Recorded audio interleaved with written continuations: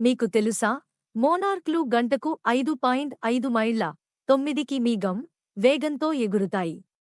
సగటున మనిషి గంటకు 6 నుంచి 8 మైళ్ళ వేగంతో జాగింగ్ చేస్తాడు. వాస్తవం 2. అన్ని కీటకాల మాదిరిగానే మోనార్క్ సీతాకోకచిలుకలకు 6 కాళ్లు ఉంటాయి. అయినప్పటికీ దాని ముందు కాళ్లు వెస్టిజియల్ కాబట్టి ఇది దాని మధ్య కాళ్లు మరియు వెనుక కాళ్లను మాత్రమే ఉపయోగిస్తుంది. వాస్తవం 3. మోనార్క్ సీతాకోకచిలుకలు 10,000 అడుగుల ఎత్తు వరకు ఎగరగలవు. వాస్తవం 4. మోనార్క్ సీతాకోకచిలుక వలస సహజసిద్ధమైనది.